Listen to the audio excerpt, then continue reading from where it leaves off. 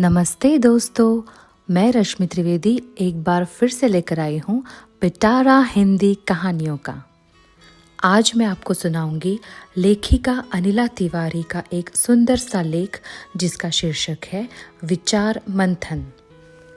कहा जाता है, सच्चा मनुष्य वही है जो स्वार्थ के लिए लड़ता न हो, अर्थात अहंकार में पड़कर हर जगह अपनी ही टांग अड़ाए रहना बुद्धिमत्ता की निशानी नहीं है। किसी अन्य के विचारों को महत्व न देना, उसके विचारों का मूल्य न समझना, उससे भी बेवकूफ़ी भरा काम है। हमारी ऐसी आदतें अपने साथियों के आपसी विश्वास और व्यवहार को चौपट कर देती है।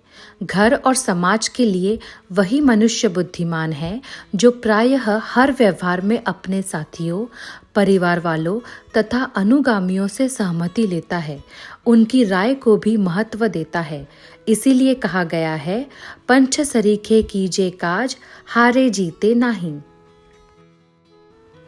अधिकतर लोगों का मानना रहता है, मैं ही सर्वश्रेष्ठ हूँ, किसी की भी राय मायने नहीं रखती। लेकिन अपने साथियों, अपने पारिवारिक सदस्यों और अपने व्यवसाय के भागीदारों से राय लेकर कार्य करने से आपकी श्रेष्ठता घटती नहीं अपितु बढ़ जाती है, और अनेक विचारों के मिल जाने से प्रायः काम बिगड़ता नहीं है। और यदि किसी कारणवश बिगड़ भी जाए तो उसकी हानि और दोष केवल व्यवस्थापक के सिर पर नहीं आती, अपितु उसमें सब हिस्सेदार हो जाते हैं और परस्पर मधुर व्यवहार भी बना रहता है। कई बार मनुष्य से गलती हो जाती है, परंतु वह अपनी गलती को स्वीकारता नहीं है। इससे भी व्यवहार बिगड़ जाता है। अपनी गलती न मानने के मूल में भी अहंकार ही है। मनुष्य समझता है कि हम अपनी गलती स्वीकार करेंगे तो लोग हमको हीन समझने लगेंगे, परंतु यह मात्र मनुष्य की भूल है। विनम्रता पूर्वक सच्चे हृदय से अपनी गलती स्वीकार करने वाले पर सबकी श्रद्धा हो जाती है। अतएव मनुष्य यदि अपना जीवन सुखमय बनाना चाहता है तो उसको चाहिए कि वो भौतिक लालसाएं, लालच, स्वार्थ की आसक्ति एवं अहम की भावना का परित्याग करके अपने परिवारजनों, साथियों एवं सहकर्मियों के साथ मधुरतम प्रेममय व्यवहार स्थापित करे। कई बार साथी सचमुच बुरा बन जाता है तो व्यवहार नहीं बन पाता, परंतु अधिकतर यह भी देखने में आता है कि अधिकांशतः परस्पर व्यवहार इसीलिए बिगड़ जाता है कि हम एक दूसरे को अच्छे से समझने में भी भूल कर बैठते हैं। कई बार ऐसा भी होता है कि कोई व्यक्ति हमारे सुधार के लिए भी ऐसा शब्द कहता है जो हमें कटु लगता है, और हम यह मान लेते हैं कि वह हमारी बुराइयों को देखता रहता है। उसे हमारी अच्छाइयाँ बिल्कुल भी नज़र नहीं आती। यद्यपि कहने वाले का हृदय हमारे लिए साफ और सरल होता है, परंतु हम अर्थ कुछ और ही निकाल बैठते हैं। परिणाम स्वरूप दूरियां और बढ़ती जाती हैं।